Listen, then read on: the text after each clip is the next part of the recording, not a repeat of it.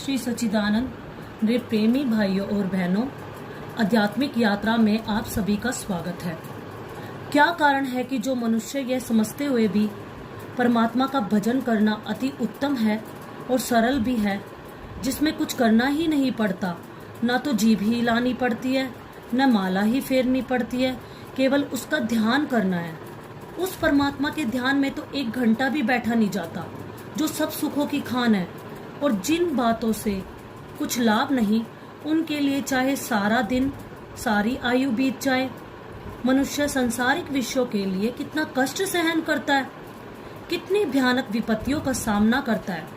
जो स्त्रियां पर्दे में रहती है और जिन मनुष्य के सामने घर से निकलते ही नहीं, यदि कोई किसी कार्यवश उनके घर पर आ जाए और कुछ मालूम करना चाहे तो उनसे बोलती भी नहीं।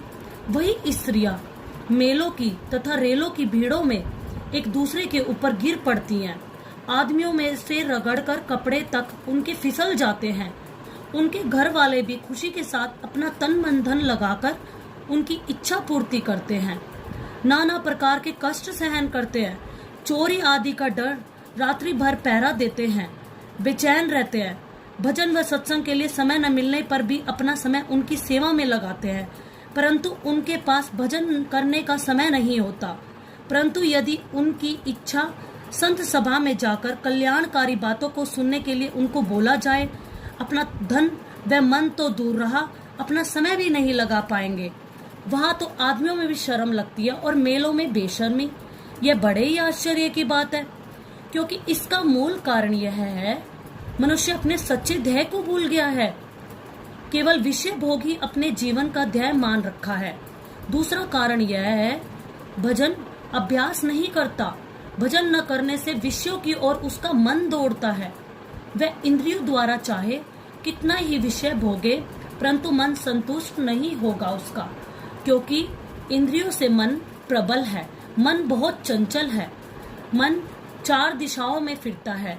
इसका एकमात्र उपाय मन से परे बुद्धि का आसरा लेकर बुद्धि से परे हमारी जो आत्मा है उसमें मन को लगाए। मनुष्य जैसा मन चाहता है वैसा ही करता है और मन केवल इंद्रियों के विषयों को ही चाहता है। कारण है कि मन इंद्रियों का राजा है।